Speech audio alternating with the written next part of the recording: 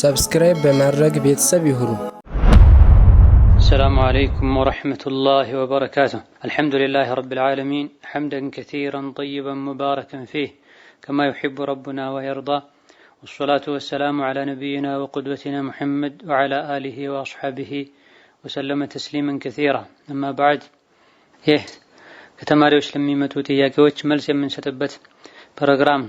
ከዛሬ ጥያቄዎች የመጀመሪያው ሽንት ቤት ውስጥ ቆሞ ውዱእ ማድረግ ይቻላል ወይ የሚል ጥያቄ ነው። ውዱእ ያደረጉ ውሃ ተረጭቶ ሰውነት ልብስ እንደማይነጀስ እርግጠኛ ከተኮነ መጸዳጃ ቤት ላይ ውዱእ ማድረግ ችግር የለውም።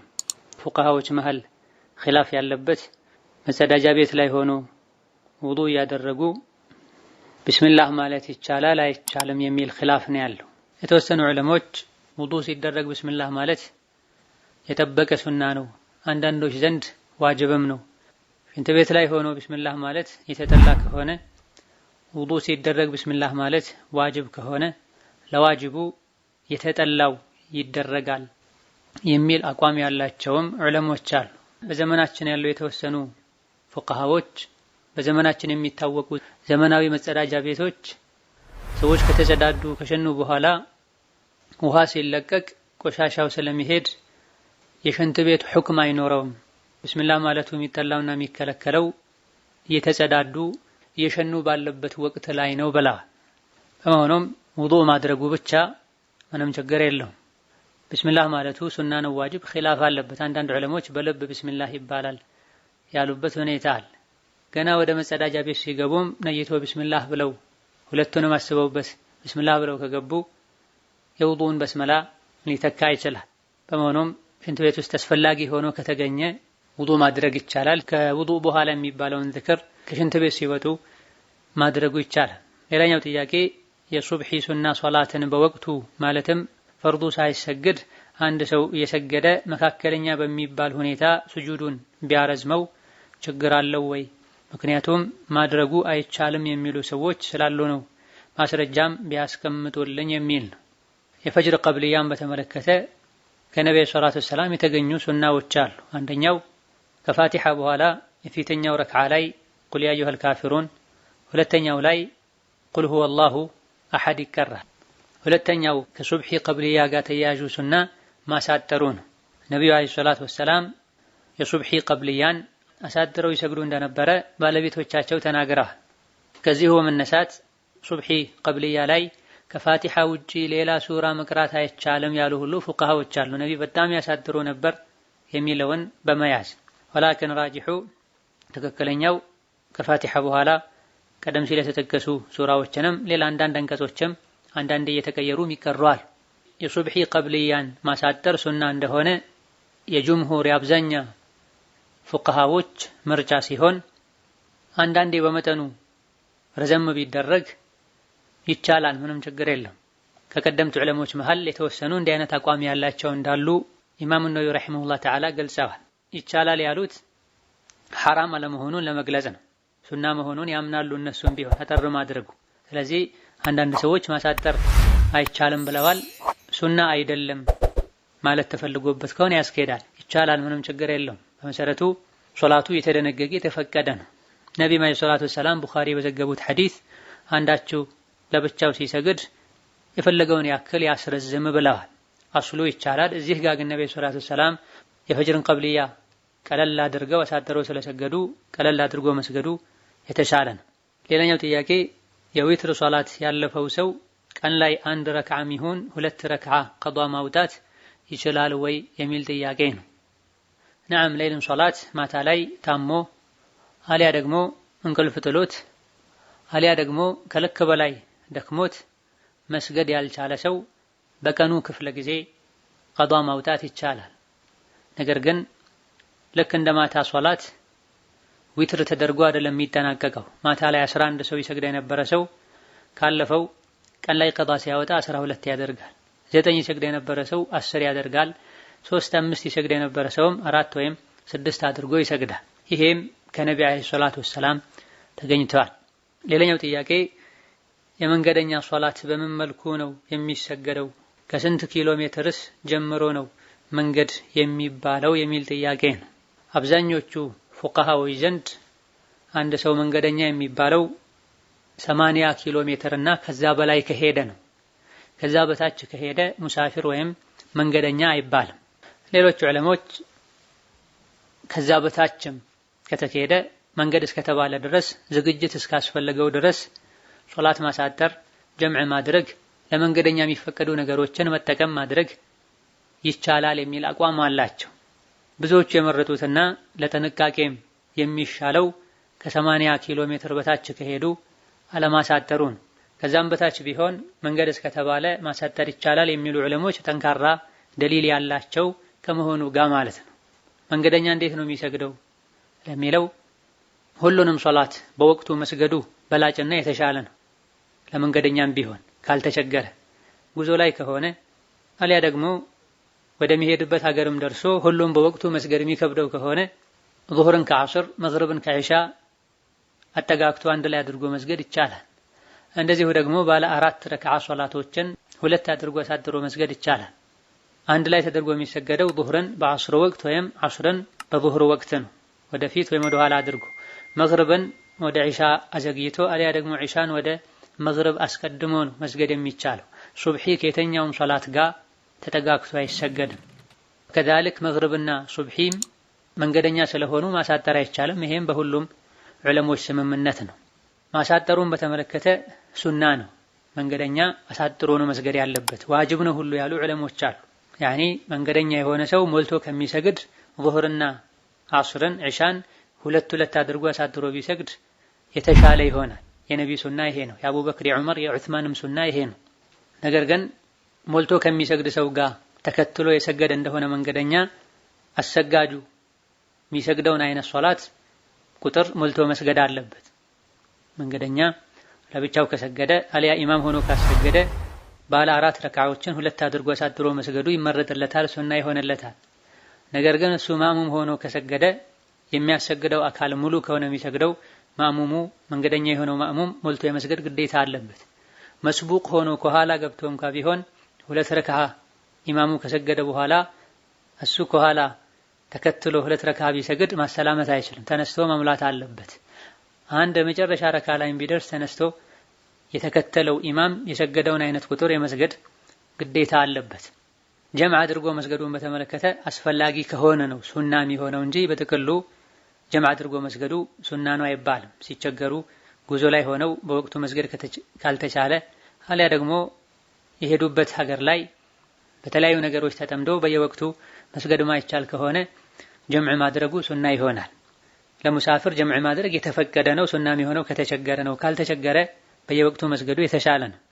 ሌላኛው ጥያቄ የአእምሮ ጤነኛ ያልሆነች ሴት ምንም ራሷን መቆጣጠር አትችልም እና ማህፀን በማስገልበጥ የወር አበባ እንዳይመጣ ማድረግ እንዴት ይታያል የሚል ጥያቄ ነው። የወር አበባ ሙሉ በሙሉ መቅረቱ መውለድ እንዳይችሉ ያደርጋል።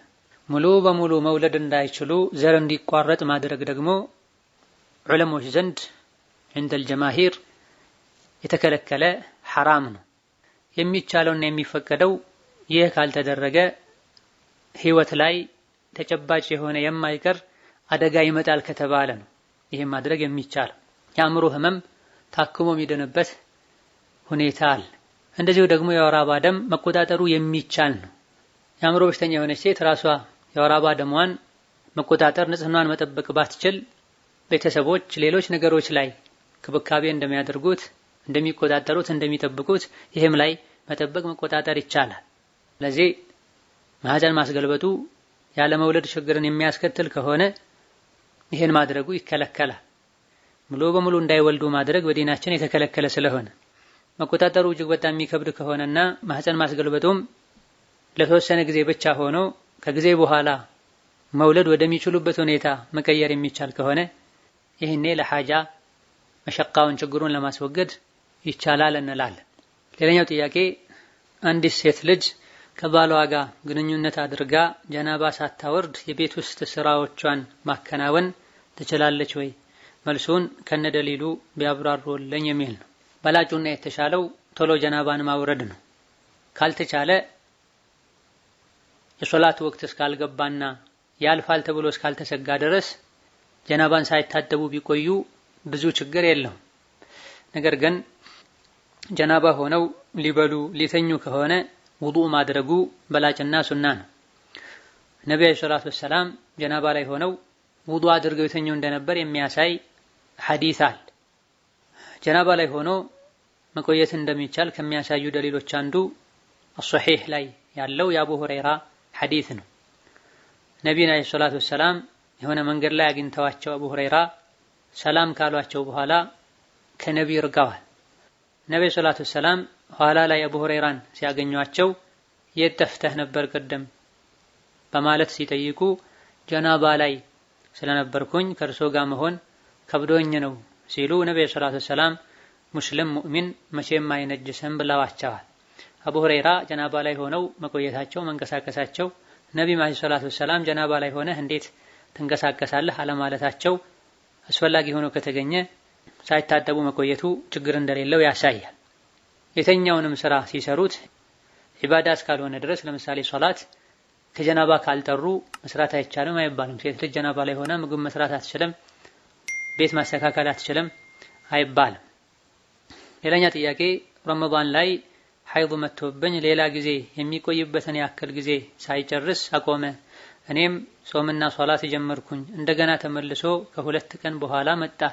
ጾምና ሶላቱ እንዴት ይታያል? የሚል ሲቆም የመጥራትን ምልክት አይተሽ ታጥበሽ ከሆነ የሰገድሽው ከዛ በኋላ ድጋሚ ሲመጣ ማቆም ነው። ሌላ ራሱን የቻለ ደም ነው የሚሆነው። የመጥራት ምልክት ሳይታይ በፊት ከነበረ ያቆምሽው በዚህ መሃል የጾምሻቸው ቀኖችን ቀባ ማውጣቱ ግዴታ ይሆናል። ትክክለኛ የወር አበባ ደም እስካለ ድረስ ጾም ሶላት ይቆማል።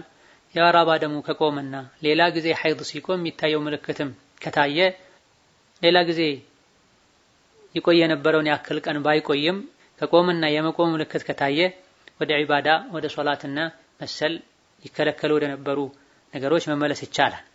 ሌላኛው ጥያቄ እናቴ ትጾማለች ግን አትሰግድም፣ ምንም አታውቅም፣ ከክርስትና ሃይማኖት ነው የመጣችው፣ አማርኛም አታውቅም፣ ይህ እንዴት ይታያል? የሚል ነው።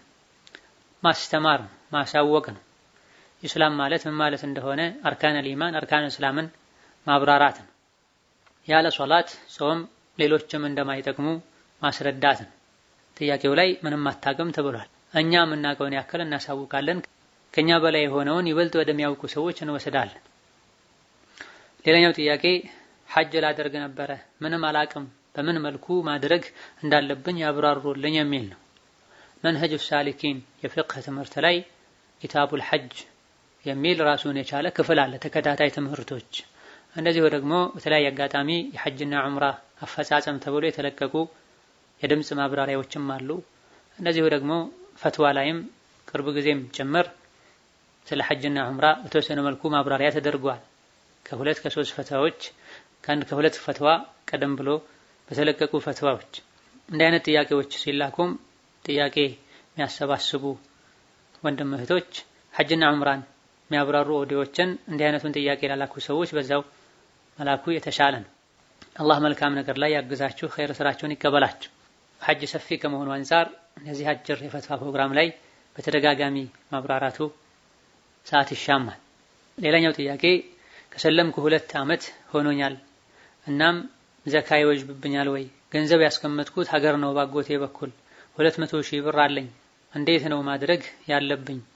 አጎቴን ይሰጥልኛል ብዬ አላምነውም፣ ምን ማድረግ አለብኝ? የሚል ነው። ነዓም የሰለመ ሰው ዲነል እስላም ውስጥ የገባ ሰው ሙስሊሞችን የሚመለከቱ ህግጋቶች በሙሉ ይመለከቱታል። ሶላት መስገድ፣ ዘካ ማውጣት፣ ጾም መጾም፣ ሐጅ ማድረግ ሸርጡ መስፈርቱ ከተሟላ ግዴታ ነው። ያንድን ገንዘብ ዘካውን ለማውጣት የግድ ከሱ ከራሱ መቀነሱ ሸርጥ አይደለም። 200,000 ያለው ሌላ ሀገር ከሆነ ካሉበት ሀገር እጅ ላይ ካለ ብር አንስቶ ዘካ ማውጣት ይቻላል። ዘካ አውጣልኝ ተብሎ የሚወከል ሰው ታማኝ መሆን አለበት። ታማኝ ካልሆነ አውጣልኝ አይባልም። የ200,000 ብር ዘካው 5,000 ነው። ለምስኪኖች ለአቅመ ደካሞች ዕዳ ላለባቸውና መክፈል ላልቻሉ ሰዎች ኢላኺሪሂ ዘካውን መስጠት ይቻላል። ለወላጆች ለልጆች ለወላጆች ወላጅና ለልጅ ልጆች መስጠት አይቻልም። ባለም ለሚስቱ ዘካ መስጠት አይችልም። ሌላኛው ጥያቄ ላገባ ቤተሰብ ሲጠየቅ ኢትዮጵያ ያሉት እሺ ያሉ፣ እዚህ ያሉት አልተስማሙም። ግን ልጁም ቤተሰብን አሳምኝ እያለኝ ነፍሴን በነፍሴ አወክያለሁ በይ አለኝ። እኔ ምን እንደሆነ አላውቅም። ልጁን ስጠይቀውም ወላሂ ምንም ማለት አይደለም ሲለኝ አልኩኝ። ከዛም ሚስቴ ነሽ አለኝ። ይህ እንዴት ይታያል የሚል ነው። ይህ በዲን በክብር መጫወት ይባላል። ኒካህ እስላም ላይ ትልቅ ቦታ ያለው ከባድ ውል ነው። ወአኸዝነ ሚንኩም ሚሳቀን ገሊዛ ብሎታል አላህ። ምስክሮች የሚያስፈልጉት፣ ማወጅ የሚያስፈልገው፣ የሁለቱ ስምምነት የሚያስፈልገው፣ የሴት ልጅ ኃላፊ ወልዩዋ የመጣውን ሰው መገምገም ማጣራት የሚያስፈልገው ጉዳይ ነው። ካዋጣ ቀጥላለሁ ካላዋጣ አቆማለሁ ተብሎ መንገድ ዳር ላይ የሆነ ጥላ ስር የሚጀመር ንግድ አይደለም፣ ወይም ደግሞ የመንገድ ላይ ጫወታ አይደለም። ወንዶች አላህን ሊፈሩ አደብ ሊይዙ ነገ በእኔም ላይ ሊደርስ ይችላል ሊሉ ይገባቸዋል። ወልዳ ያሳደግካት ልጅህን ወይም እህትህን መንገድ ላይ አንድ ወንድ አግኝቶ አናግሮ ነፍሴን በነፍሴ አወክያለሁ በይ ብሎ አታሎ ቢወስዳት ምንድነው የሚሰማህ? የሰው ልጅ ተመሳሳይ ጀዛውን ከአኺራ በፊት ዱንያም ላይ እንዲያገኝ ያደርጋል አላህ ተባረከ ወተዓላ። ጅህልና ከሆነ አላዋቂነት ከሆነ መማር ነው። ያወቁ ማጥፋት ከሆነ ደግሞ ግፍን መፍራት ነው። በማታለል የተጀመረ ትዳር ስኬታማ አይሆንም። ያታለለ ከኛ አይደለም ብሏል ነብዩ ሰለላሁ ዐለይሂ ወሰለም። ሴት ልጅ ያለ ወሊ ያለ ወንድ ኃላፊ ኒካህ ማሰር አትችልም። ነብዩ ሰለላሁ ዐለይሂ ወሰለም የተኛውም ያለ ወሊ ያለ ሴቷ ወንድ ኃላፊ እንደዚሁ ያለ ሁለት ምስክሮች የታሰረ ኒካህ ውድቅ ነው ብሏል ነብዩ ሰለላሁ ዐለይሂ ወሰለም። ለሴት ልጅ ኃላፊ ሆኖ የሚድራት ማን እንደሆነ ሸሪዓ ላይ ይታወቃል። የአባቷ አባት፣ ለአካለ መጠን የደረሰ ልጅ ካላት ሸቂቅ ወንድሞቿ፣ በአባት ብቻ የምትገናኛቸው ወንድሞችም፣ የአባቷ ወንድሞች አጎቶቿ፣ እነዚህ ከሌሉ የአባቷ የወንድም ልጆች የአጎት ልጆቿ፣ ከነዚህ መሃል ማንም ከሌለ ወይም ያሉ ያለ በቂ ምክንያት እምቢ ካሉ ሸሪዓ ፍርድ ቤት ያስራል እንጂ ሴት ልጅ ራሷን ወክላ ኒካህ ማሰር አትችልም። ያገባችም ትሆን አግብታ የፈታችም ትሆን ገና ያላገባች። አንዳንድ መዝሀቦች ላይ ደካማ የሆነ የፍቅህ ኺላፍ ቀውል አለ። አግብታ ከፈታች አስተዋይ ከሆነች ራሷን መዳር ትችላለች የሚል ነገር ግን የሁሉም ንግግር ከነብዩ ሰለላሁ ዐለይሂ ወሰለም ንግግር በታች ነው። ነብዩ ሰለላሁ ዐለይሂ ወሰለም የተኛውም ሴት ነው ያሉት፣ አዩማ ኢምራአቲን የተኛውም ሴት ያለ ወሊ ያለ ወንድ ኃላፊ ኒካህ ያሰረች እንደሆነ ኒካህዋ ውድቅ ነው ብላ። አግብታ የፈታች ከሆነ አስተዋይ ከሆነች ትልቅ ሴት ከሆነች ወጣት ከሆነች አላሉ፣ ዝርዝር ውስጥ አልገቡም። ኃላፊ የሚለውም ደግሞ ሸሪዓ ላይ በግልጽ ተቀምጧልና ሴት ልጅ ለራሷ ኃላፊ ሆና መዳር አትችልም። ቅድም ከተዘረዘሩ ውጭ ያሉ እሷን ሊድሩ የማይችሉ ሰዎች መዳር አይችሉም። ቃዲ ያልሆነም ቃዲ ነኝ ብሎ ለኪሱ የሆነች ገንዘብ ለማግኘት ብሎ እየዞረ ኒካህ አስሮ የሰውን ህይወት ዲን ሊያበላሽ አይገባም። በዚህ መልኩ የታሰረ ኒካህ አይባልምና እውነተኛ ትዳር የሚፈልጉ ከሆነ ላለፈው ተውበት ማድረግ፣ ከዛ በኋላ ማህፀኗ እስኪጠራ ድረስ ቢያንስ አንድ የወር አበባ ደም አይታ እስክትጠራ ድረስ መጠበቅ፣ ከዛ በኋላ ለቤተሰብ አሳውቆ እንደገና ትክክለኛ ኒካህ ማሰር። ቤተሰብ እምቢ ካለ ለምንድን ነው እምቢ ያለው ተብሎ ምክንያቱ መጣራት አለበት። ትክክለኛ በሆነ ምክንያት እምቢ ካሉ ማቆም፣ ምክንያቱ ትክክለኛ ካልሆነ ለማሳመን መሞከር ነው። ሸሪዓም አቅልም በጭራሽ ማይቀበለው ምክንያት ሴቷን የሚጎዳ ነገር ከሆነ ሸሪዓ ፍርድ ቤት ሄዶ ኒካህ ይታሰራል። ነብዩ ሰለላሁ ዐለይሂ ወሰለም የሴቷ ኃላፊዎች ከተጋጩ ካልተግባቡ አላስርም ካሉ የሙስሊሞች መሪ ወይም እሱ የወከለው ቃዲ ኃላፊ ሆኖ የሚድራት ወንድ የሌላት ሴት ኃላፊ ነው ብለዋል ነብዩ አለይሂ ሰላቱ ወሰለም። አላህን ማታለል አይቻልም። ራስን ማታለልም ጉዳቱ ለራስ ነው። ሸሪዓውን ከልባችን ልናምንበት በትክክል ልንተገብረው ልንኖር ይገባል እንጂ በዲኑ ያለ ኒካህ ጋብቻ የለም ስለተባለ የውሸት ጋብቻ አመሳስለን ልናስር አይገባም። ሌላኛው ጥያቄ ባለቤቴ ጋር ከአራት ጊዜ በላይ ተፋተናል። ችግር ያለው አይመስለኝም ነበረ በተለያየ ጊዜ ስለሆነ ፍቹ። እናም አሁን ስሰማ ኒካህ የላችሁም እያሉ ነው ያብራሩልኝ የሚል። ነዓም አላህ በተከበረው ቃሉ አጠላቁ መረታን ፈኢምሳኩን ቢማዕሩፍን አው ተስሪሑን ቢኢሕሳን ብሏል። ፍቺ ሁለት ጊዜ ነው። ከዛ በኋላ ወይም በአግባቡ መያዝ ካልሆነ በስርዓቱ ሶስተኛውን ፈቶ ወደ ቤተሰብ መመለስ ነው ብሏል። ሶስት ጊዜ ከፈታ አንድ ሰው ከባለቤቱ ጋር ያለው ግንኙነት ሙሉ በሙሉ ተቋርጧል። ትዳርን ፈልጋ ከሌላ ወንድ ጋር በትክክል ትዳር ፈልጋ ከሌላ ወንድ ጋር ተጋብታ ከዛ ባል ጋር ሳትግባባ ቀርታ ብትፋት አሊያ ደግሞ ባሏ ቢሞት ይሄኔ ከቀድሞ ባሏ ጋር ቢጋቡ ችግር የለው። በተረፈ 3 የፈታ ባል ሚስቱን ድጋሚ ከሷ ጋር ረጃዕቱ ብሎም ይሁን አዲስ ኒካህ አስሮ መጋባት አይችልም ሌላ ባል አግብታ እስካልፈታች ድረስ። ወደ ቀድሞ ሚስቱ ለመመለስ ብሎ ደግሞ ይህችን ሴት ሌላ ማይፈልጋት ባል አግብቶ እንዲፈታት ማድረግ የትልቅ የሆነ ወንጀል ነው። አላህ የረገመውም ሰው ነው ይሄ የሚያደርገው ብሏል ነብዩ ሰለላሁ ዐለይሂ ወሰለም። هذا والله أعلم። ለዛሬ በዚህ እናበቃለን። የተቀሩትን ሌላ ጊዜ እንመለሳለን። ወሰላሙ አለይኩም ወራህመቱላህ ወበረካቱ።